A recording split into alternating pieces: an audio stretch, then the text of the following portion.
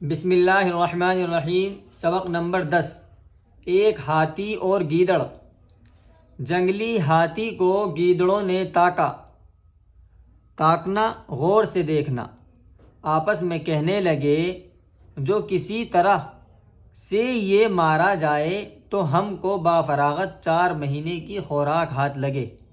بافراغت آرام سے، کشادہ۔ ایک بوڑھے خرانٹ گیدڑ نے وعدہ کیا کہ دیکھو میں کسی نہ کسی حیلے سے اس کو ٹھکانے لگاتا ہوں۔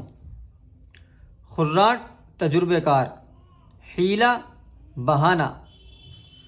ایک روز مکار گیدڑ ہاتھی کے پاس گیا۔ مکار دھوکے باز، اور بہت ادب سے سلام کر کے بولا، جناب عالی آپ اجازت دیں تو میں کچھ عرض کرنا چاہتا ہوں۔ ہاتھی نے پوچھا، تم کون ہو، کہاں سے آئے ہو؟ جواب دیا کہ حضور میں ایک غریب گیدڑ ہوں۔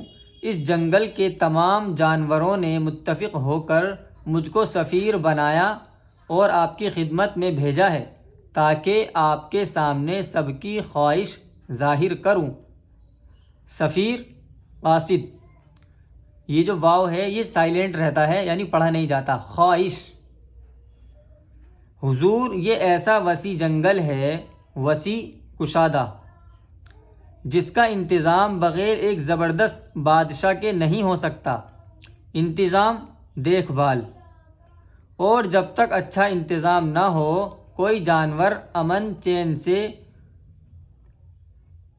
گزران نہیں کر سکتا، یعنی گزران رہنا، بسر کرنا، زندگی گزارنا۔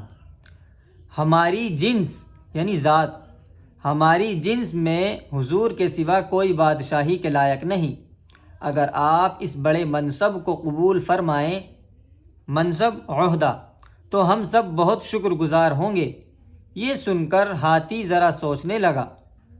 گیدڑ نے پھر کہا کہ حضور اس وقت سب قسم کے جانور اس صلاح میں شریک ہیں۔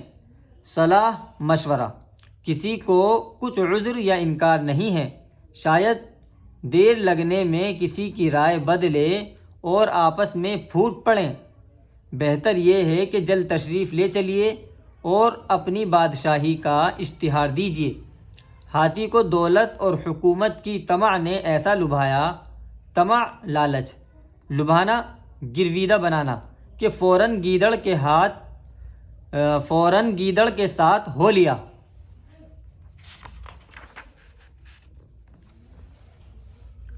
چلتے چلتے ایک تنگ رستے سے گزرے جو ایک گہرے غار کے کنارے دور تک چلا گیا تھا۔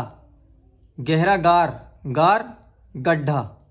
وہاں پہنچ کر گیدڑ نے اپنی چال تیز کی، ہاتھی بھی اس کے پیچھے لپکا، جلدی جلدی چلنا۔ ناگاہ اس کا پاؤں پھسل گیا، ناگاہ اچانک، اور دھم سے گہرے غار کے اندر اوندھے منہ جا گرا۔ جب یہ مصیبت پیش آئی تو بیچارہ ہاتھی چنگھاڑا، ہاتھی کا چیخنا، اور بہت عاجزی سے گیدڑ کو پکارا، اے پیارے رفیق ساتھی، کوئی ایسی تدبیر کر جو میری جان بچے۔ اب مکار گیدڑ مسکراتا ہوا لوٹا اور جواب دیا، خداوند لو میری دم پکڑ کر اوپر چلے آؤ۔ خداوند، آقا، دم کہتے ہیں پونچھ کو۔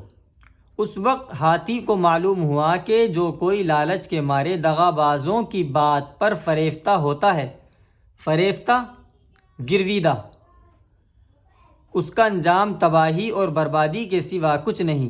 آخر ہاتھی غار کے اندر پڑا مر گیا اور گیدڑوں کے غول نے اس کو تکہ بوٹی کر کے بانٹ کھایا۔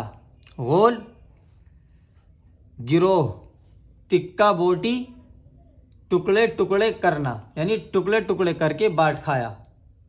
قطعہ، وہ بڑا ہی کمینہ پاجی ہے جو دغا سے نکالتا ہے کام۔ کمینہ، بد خصلت، پاجی، ذلیل۔ ہوشیار آدمی کو لازم ہے کام کا پہلے سوچ لے انجام۔